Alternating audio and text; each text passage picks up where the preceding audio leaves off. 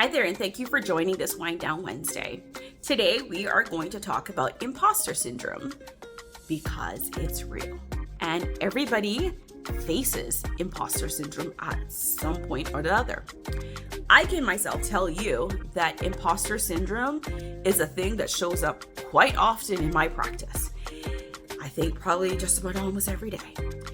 And I want to let you know that that's not strange. That's normal, right? And it's normal because of a whole bag of reasons why imposter syndrome exists and why it shows up. One thing I will tell you is that with imposter syndrome, it is a challenge and it's a hurdle to get past every single time that you faced it. But in order for you to be successful and for you to achieve the things that you have set out to achieve, you have to figure out a way either around it or over it, right? And I say this because each time that I am faced with imposter syndrome, I have sat in the moment and told myself, you know what? This is normal. I am not the only person in the world who has faced imposter syndrome. I am not the first and I will not be the last because just about every single person faces that. You as an attorney doesn't make that any different. It doesn't mean that imposter syndrome is not going to show up for you. It probably shows up even more often for you than perhaps in other people or with other people. And that's because of all the pressures that go along with being an attorney, a practicing attorney, and even more so if you're a trial attorney who goes to court in front of a judge, right? So I'm here to tell you that imposter syndrome is normal. It shows up, and like I said before, I have imposter syndrome, perhaps every day or almost every day. But I think the thing that you have to understand and remember is that there's a way over, and if not over, around, and if not around, over imposter syndrome, right? And this means that you're gonna have to, one, admit that it's there, right? Know what it is when you see it, when it shows up.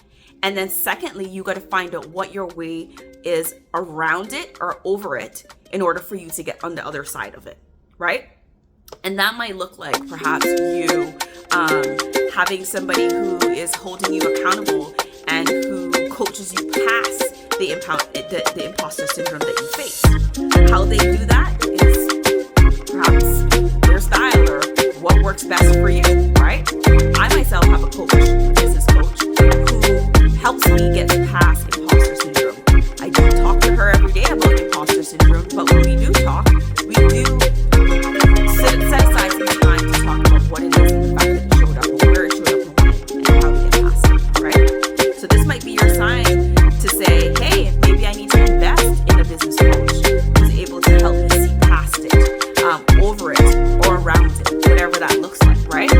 So when you get stuck in a spot of imposter syndrome, you have to, like I said, remember that you're not the only one who faces it. You have to come up with tools and ways and strategies in which you guys can get over it or around it. And if it means hiring a business coach to help you come up with what those things look like to help you get over or around it, then maybe that's what you need to do, right?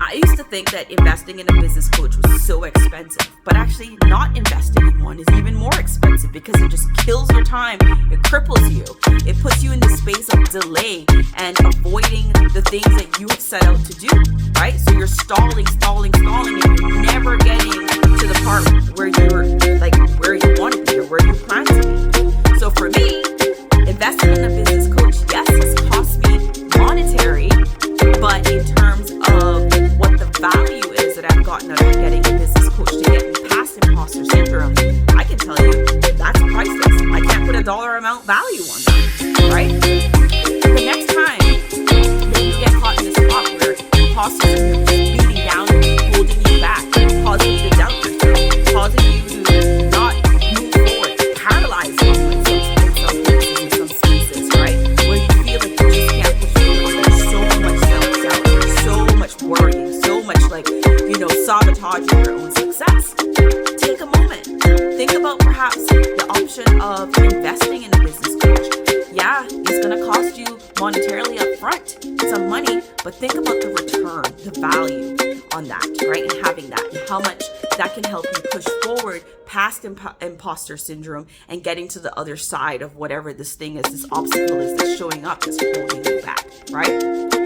So those are my 2 cents today for Wind Down Wednesday. I hope that this is helpful for you and that you're able to see past imposter syndrome in whatever way, shape, or form you can, and invest in that business coach. He or she